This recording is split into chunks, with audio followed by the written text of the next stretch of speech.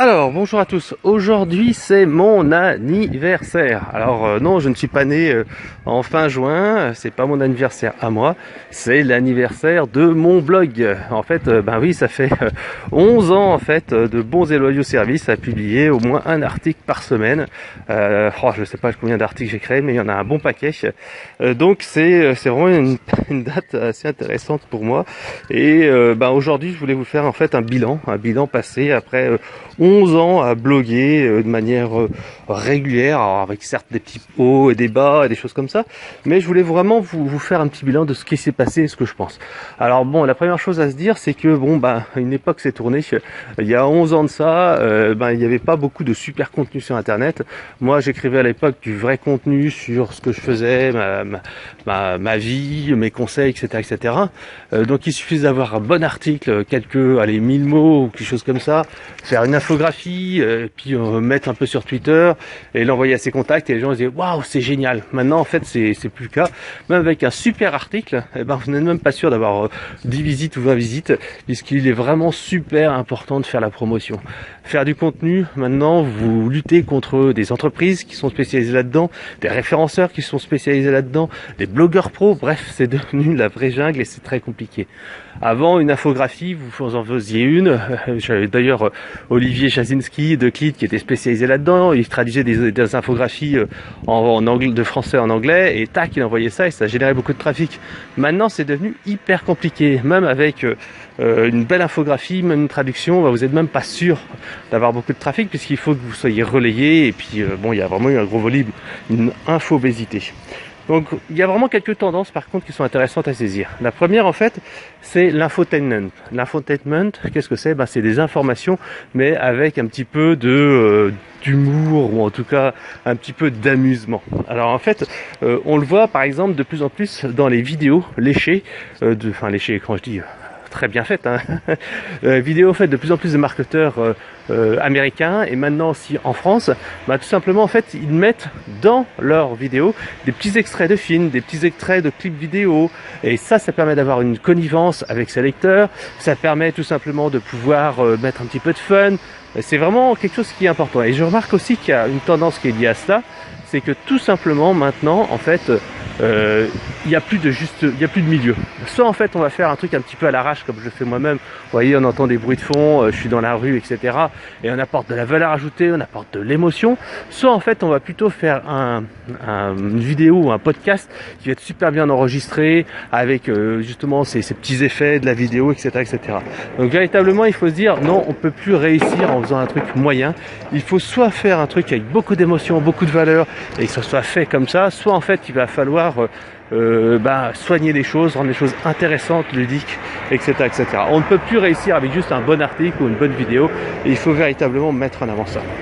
Ensuite, il faut véritablement mettre de l'émotion. Et en fait, un bon exemple à suivre là-dessus, c'est par exemple Gary Vaynerchuk avec son podcast. Par exemple, One Day with Gary V, c'est un jour avec Gary V, où il y a un caméraman qui le filme, qui montre un peu comment ça se passe, sa vie de célébrité, etc. Donc c'est important de mettre de l'émotion, mais attention aussi à la rendre sexy. Il y a certains marketeurs français qui commencent un petit peu à le faire, qui montrent un petit peu leur vie, qui montrent comment ça se passe, par exemple qui montrent les revenus qu'ils gagnent, etc.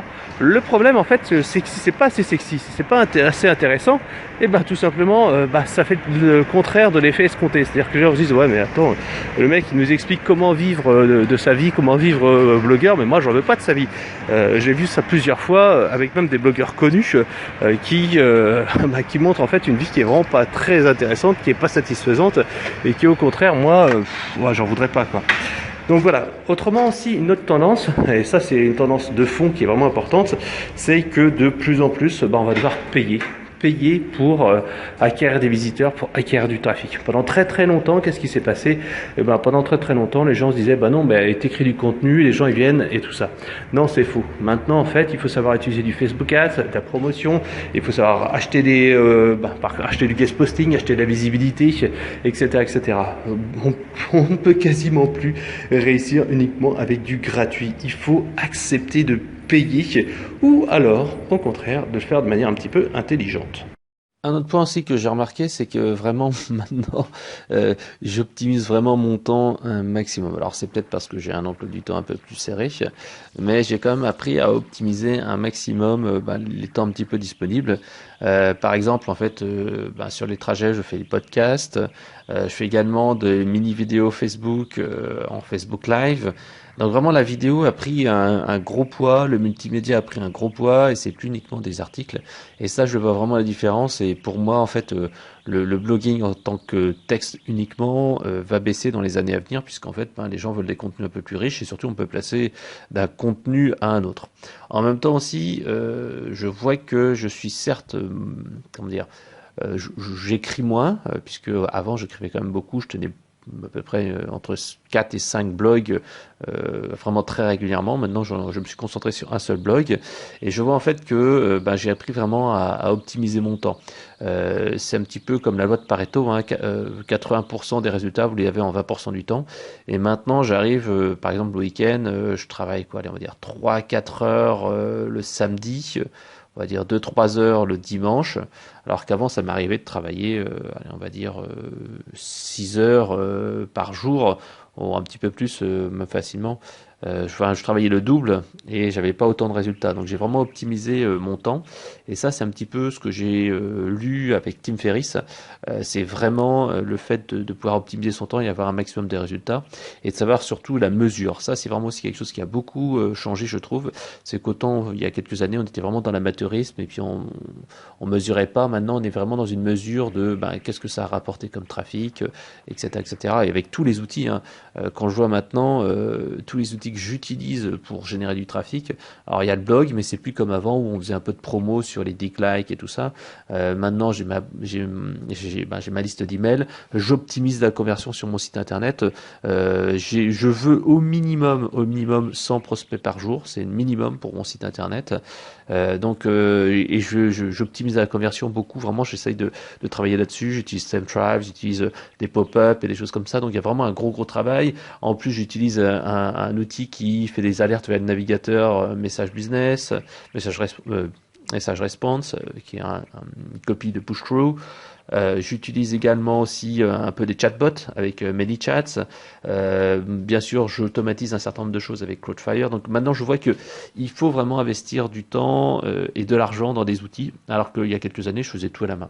En même temps aussi, maintenant, j'ai en temps réel, en permanence, en fait, un assistant virtuel ou une assistante virtuelle, ça dépend, ça tourne pas mal, qui est là pour transcrire mes podcasts et en faire des articles. Chose qu'avant, c'était moi qui faisais tout, et les transcriptions de vidéos, c'est moi qui faisais tout. Donc on voit qu'on peut plus réussir seul et vraiment sous-traiter, faire appel à des assistants virtuels, c'est vraiment important. Autrement, on s'en sort pas. En fait, il y a trop de travail, il y a trop de choses à faire. Voilà, et puis aussi, maintenant je me concentre sur la valeur ajoutée. Pendant très longtemps avant, je faisais la pub du jour, c'était juste une petite vidéo ou une image que je publiais tous les jours. Maintenant, j'ai complètement arrêté ça. Je fais vraiment que des dossiers, je me concentre sur ma ligne éditoriale qui est vraiment du super contenu.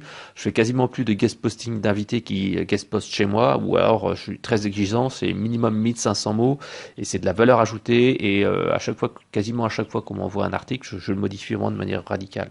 Donc vraiment, c'est vraiment une évolution là-dessus.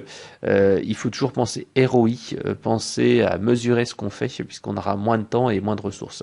En même temps, à l'inverse aussi, moi, je fais vraiment beaucoup de growth hacking. Donc j'essaye vraiment de pouvoir utiliser et détourner un petit peu le système pour générer du trafic.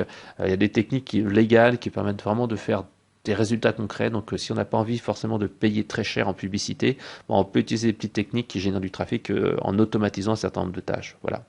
Alors les pièges, moi, je l'ai dit auparavant, hein, le SEO, c'est vrai que c'est bien, mais malheureusement, on verra que le trafic dans les années à venir, le trafic texte va baisser. Donc en fait, il faut aller chercher le trafic sur les différentes plateformes. Maintenant, moi je parle vraiment de plateformes, par exemple YouTube, par exemple Facebook, par exemple Twitter, par exemple LinkedIn. En fait, ce sont des plateformes parce que les gens, en fait, ils sont pas à rechercher des choses uniquement sur Google. Ils passent beaucoup de temps sur Facebook, ils passent beaucoup de temps sur LinkedIn, et c'est là qu'il y a de nouvelles plateformes. Et à chaque fois, il y a des nouvelles règles. Autant le SEO sur Google je maîtrise pas mal, autant par exemple sur YouTube ça devient complexe.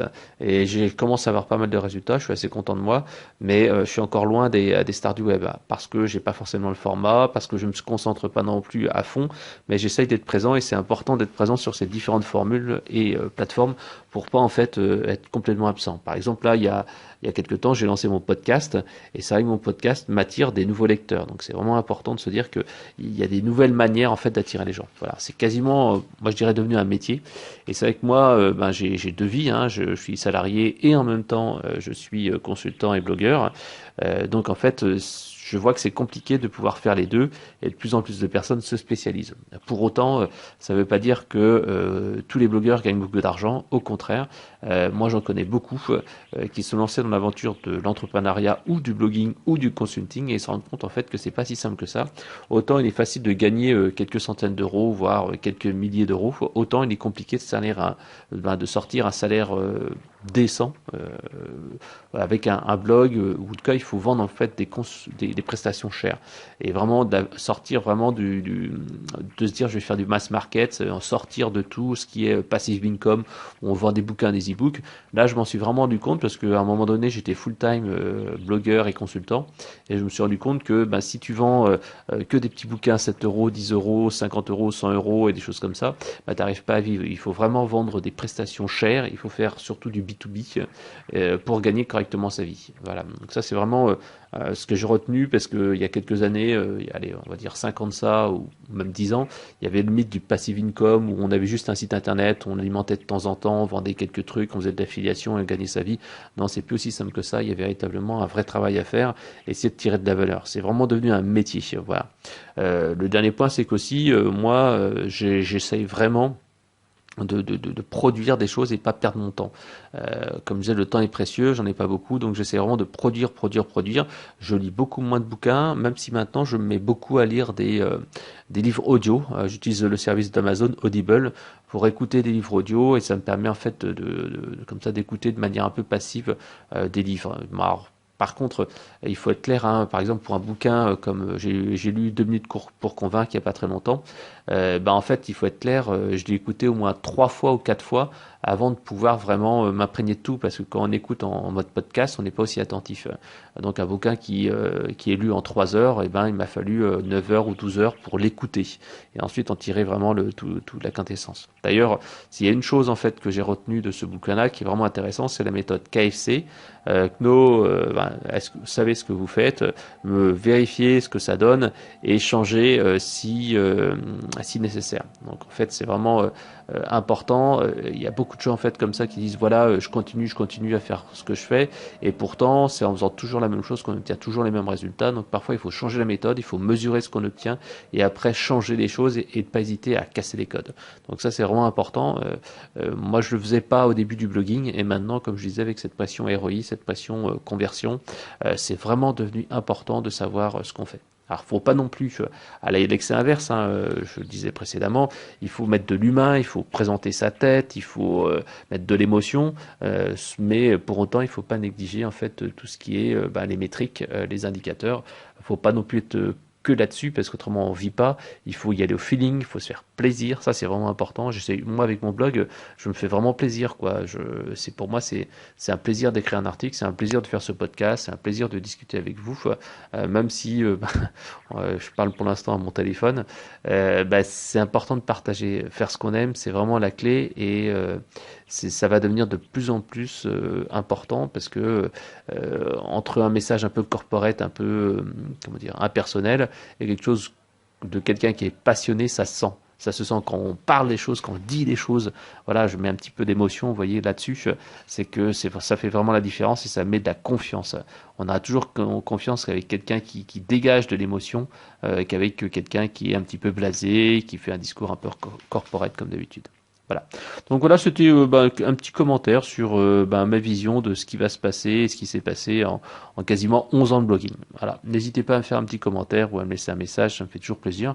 Et puis bon, voilà, 11 ans, rendez-vous dans un an ou deux, j'essaierai peut-être de faire un autre un autre résumé un peu plus important. Là, je l'ai fait un petit peu à l'arrache, hein.